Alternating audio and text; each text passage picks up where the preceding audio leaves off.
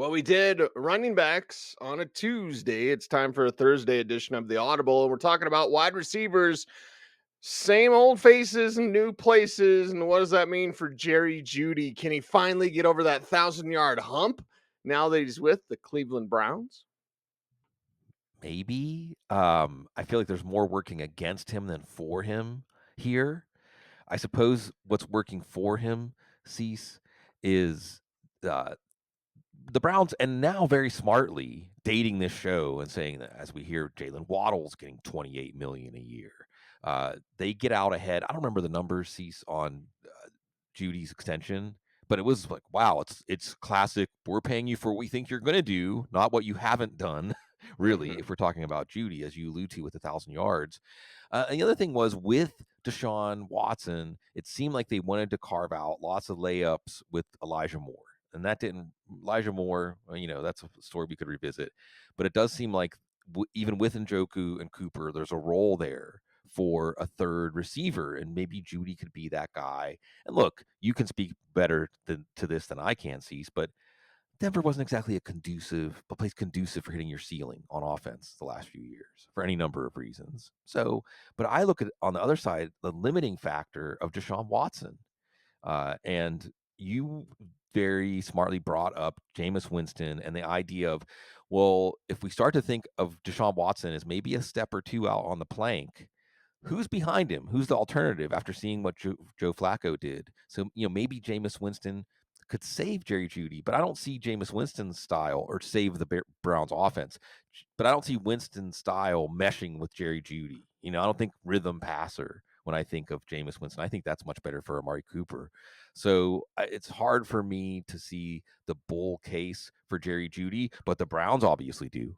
Yeah, the Browns do, and we'll see what happens with that. We will see and watch with great interest this whole Stefon Diggs thing. How does it work? You mentioned doling out money. How does it work there? Of course, Nico Collins with his deal, but Stefon Diggs now in Houston and not really replaced by Curtis Samuel, but those two are definitely tied together, Bloom. Yeah. Yeah. Um, let's start on the dig side because that's the more interesting side, I think. Because what we saw here, Cease, not just a trade for Diggs. And again, I mean, yes, the Vikings ended up moving up for JJ McCarthy and they tried to move up for Drake May, maybe tried to move up for Malik Neighbors. I don't know, rumors. Uh, but the trade might have been more about Houston getting an extra second round pick to get Stephon Diggs, which shows foresight and intention on Nick Caserio's part. But then in a move that was surprising to most, they immediately made it so he basically is playing on a 1 year deal now, right? It's a great signal to the team that they're all in this year. I mean, Super Bowl or bust this year. It also gives Diggs something to play for. It's interesting as we watch these wide receiver contracts roll and cease. I think one of the things, biggest takeaways, 3 year deals. 3 year deals used to be when you want your generational security, you'd like 4, 5, 6 year deals. But these wide receivers can see, no, no, no. I want to be going back out into this market when I'm 27, 28 years old. I want to double dip when the numbers go up. So Diggs is going to get that chance next year, and the Texans aren't going to be seen as like just moving on from him after only 1 year, even though they gave up a second round pick. But that's probably what's going to happen with Diggs. With Diggs, we have this first half of the year, second half of the year. So just like the typical wide receiver story, does Diggs still have it? And it's Josh Allen, it's Joe Brady's offense, it's some sort of disconnect, or the Bills. When we see this play out, sometimes the Bills are smart in getting out ahead of the incoming decline that we really already saw starting last year. With Nico Collins also getting a deal here with Tank Dell, also a player on the rise. I feel like in fantasy football where you're splitting the difference because he was a first round pick last year. You can get Diggs a third round now after Nico Collins, but before Tank Dell. Should that be right, Cease? I don't know if that's the pecking order I would have. Yeah. Go ahead, speak on that. Well, I'll say this: the whole thing about Diggs just goes back to what I believe will happen with Buffalo is that they're taking the ball away from Josh. It's like they're going to run the ball more, Mhm. and you don't need to pay Stephon Diggs when you're going to emphasize running the ball more. I do love Keon Coleman. I'm not Right. sure if he's Eric Moulds. If you want to go a Bills flashback, we've been doing the show long enough for having Eric Sure. Moulds talk, right? Sure. So yeah, I think that emphasizes like we're gonna go younger Yeah. and expecting your veteran quarterback to elevate those young receivers. Yeah, and Samuel's fast. I mean, at the price, he's a bench pick in fantasy football. He's worth a shot because it's a Buffalo's offense. Curtis Samuel under Joe Brady has played well. Has some of his best footballs happened with Joe Brady as an offensive coordinator. So that's good that they go out and get him. He can contribute in a lot of different ways, even as a vertical threat, which this offense needs now without Gabe Davis. Khalil Shakir. I mean, I'll say this: when you look at how the Buffalo offense is projected in fantasy football leagues right now, somebody's going to be a screaming value. It's up to you to decide which one because we have Josh Allen, the number one quarterback, and we know, look, this is at least going to be a top half of the league offense. It's not going to be a morose, bad offense. It's going to produce, at least middling numbers. But nobody in this offense, even Dalton Kincaid, is only a fourth or fifth round pick. So you got Dalton Kincaid, you got Khalil Shakir, James Cook. That's probably where I put my chip. Back to what you're saying, Cease, running the ball. Maybe even Ray Davis. There's a lot of choices here, and Keon Coleman going about 3 rounds ahead of Curtis Samuel. And look, I think Curtis Samuel is more in a better position this year because we're asking Keon Coleman to make that transition as a rookie. And I think Samuel, 3 rounds later than Coleman in a redraft lens, I'm going to put my chip on Samuel out of those two. Well, let's talk about the transition with the Chargers. I was writing about Lad McConkey the other day on the Football Guys Yeah. Newswire and sign up for our free daily newsletter at footballguys.com and also like and comment and share and subscribe with this video. Mike Williams and Keenan Allen. We're not going to talk about Lad McConkey and, well, the whole other mess they got with Right, the right, right. Chargers.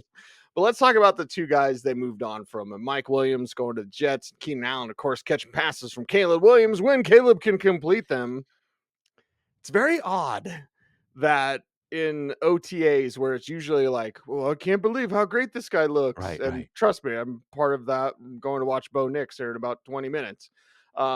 Yeah, Caleb's not looking well, but Keenan will help him as much as possible. The Chargers have moved on, and Williams and Allen, well, maybe fantasy gyms will be moving on too.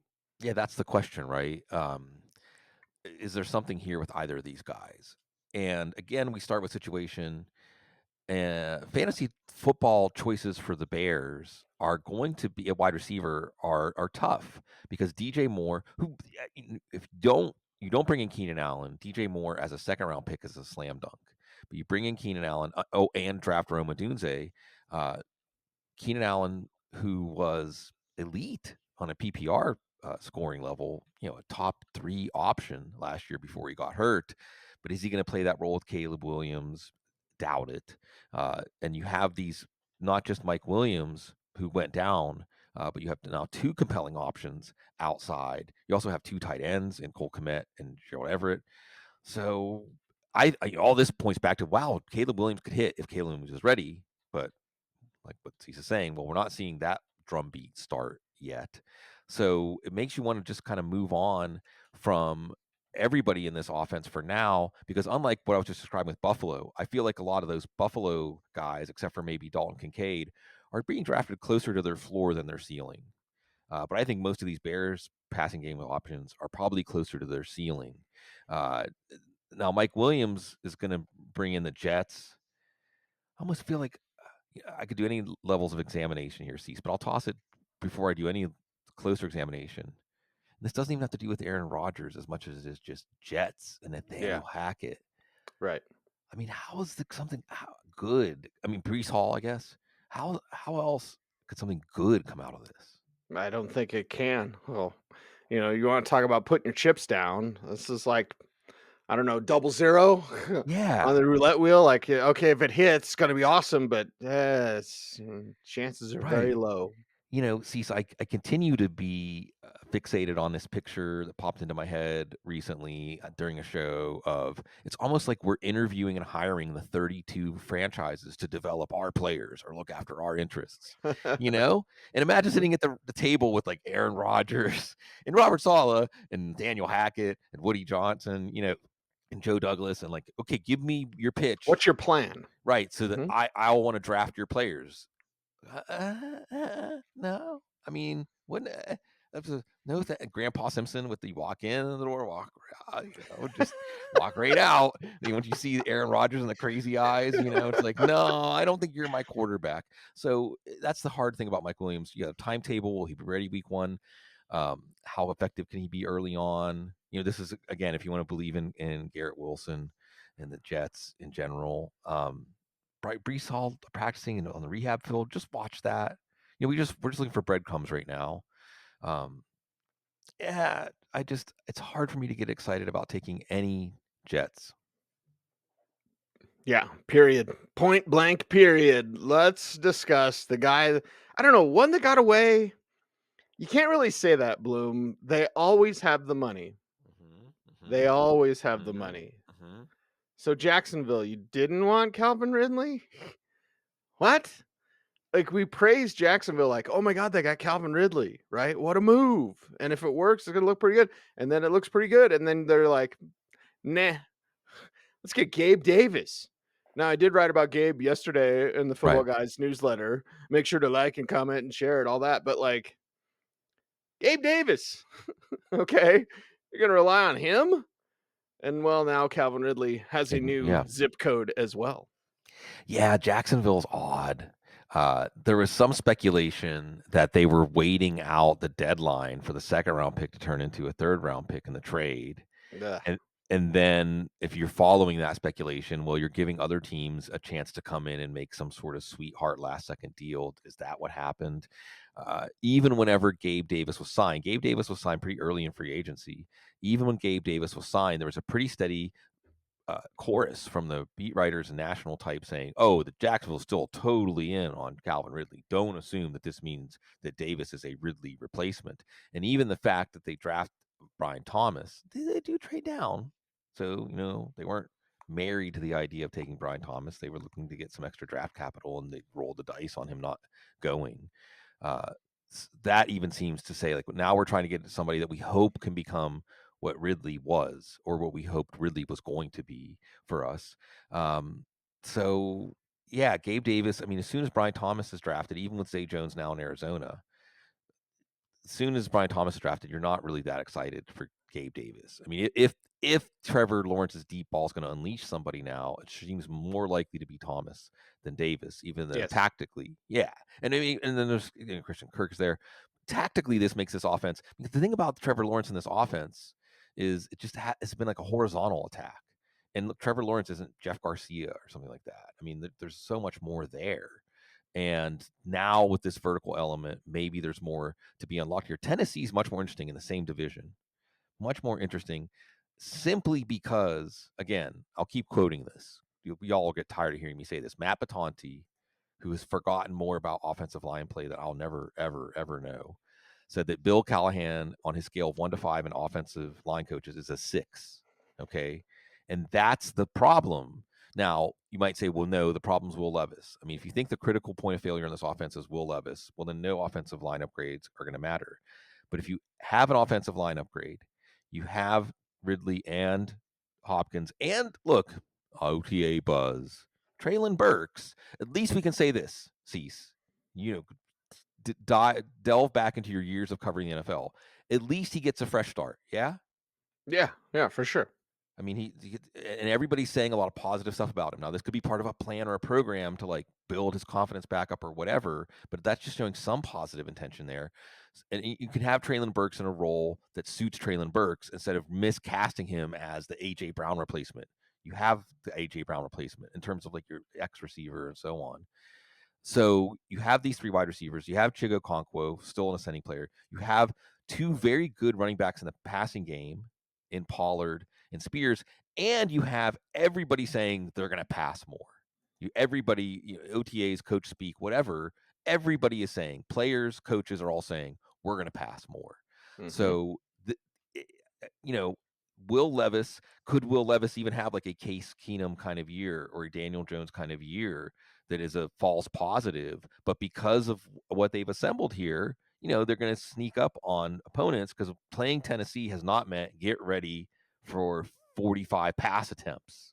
It might now. So I'm paying closer attention to Ridley. I'm paying closer attention to this whole offense. Yeah, it comes down to can Levis grasp it? Right.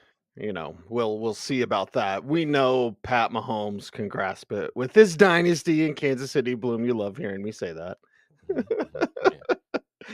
Hey, It pains me, but it is a dynasty. well, the thing is, it's like, all right, how many more are they going to win? And what's that mean for Marquise Brown? As we talk about old faces, new places, and better production, like Marquise Brown just stepped into heaven.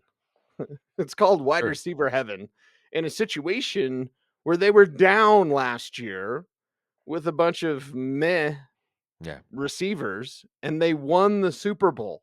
Right. Right. Marquise Brown, welcome to heaven. Yeah.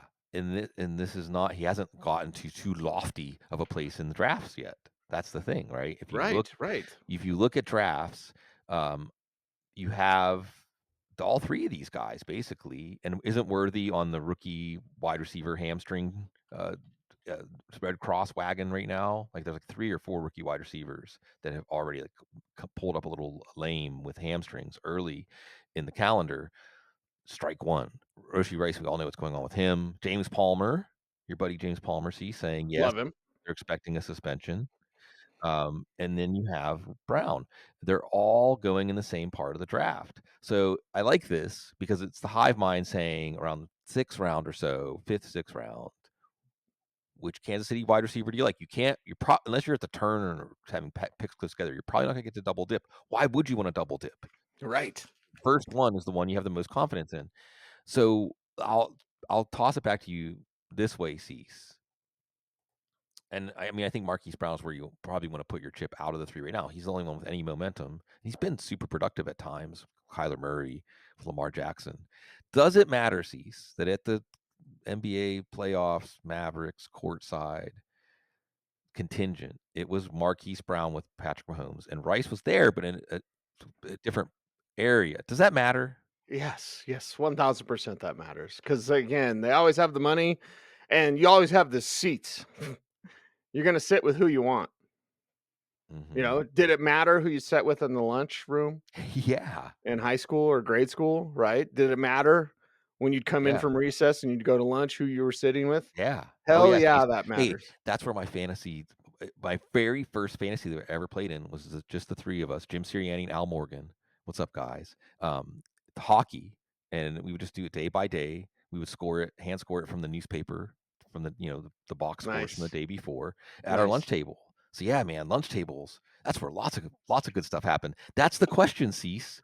That's the question you need to ask every NFL player. Who do you sit next to, when it's time to eat at the team facility? I'll bring up the Russell Wilson story when he sat down. I won't name the players, but he sat down next to a couple of practice squad guys and didn't say anything.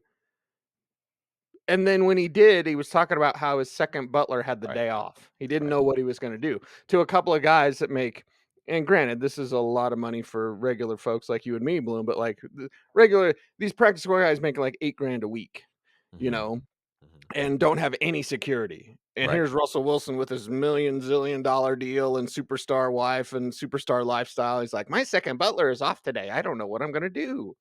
Yeah, the lunch table, man. What? And Lunch and is again, this is why I don't think this is why I think Justin Fields starts in Pittsburgh because players are not going to warm up to Russell Wilson, and certainly Steelers fans won't. And the fake and the like, no, I mean he couldn't sit with anybody at the lunchroom. Doesn't that say it? It all? He had to go sit next to some practice squad scrubs and then talk about his second butler having the day off. yeah. Yeah.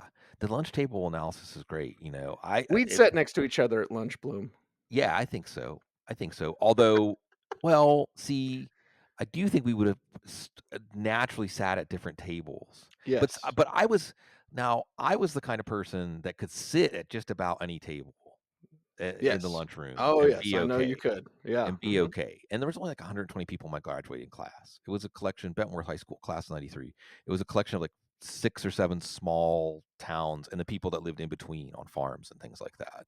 Okay. So everyone got to know everybody very well. It was like living in Springfield in The Simpsons or something like So, that. like, farmers, Mhm. jocks, Right. stoners. art kids, right? Like Yeah, music, right, art, theater kids, the popular girls, popular cut. the Yeah, burnouts, yeah, the yeah. burnouts that were, just, it was everybody was there, and it was, I feel sad. I don't know if the kids now have the lunchroom experience we had, Cease. It depends. Anyway, Yeah. yeah. Now you're sitting at the table with Pat Mahomes, man. Yeah. You gotta Yeah. love it.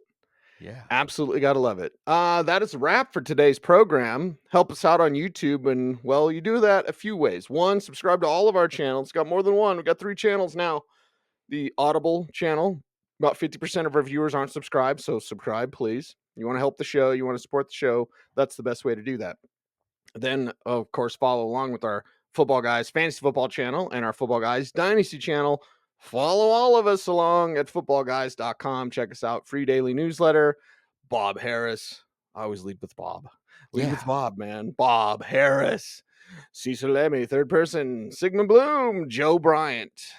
Always bringing the daily news right to your inbox. It is the Football Guys free daily newsletter available at footballguys.com. He's Sigmund Bloom. Follow him on Twitter X at Sigmund Bloom. I'm at Cecil Lammey saying thanks for watching. Stay tuned, and would you please stay frosty.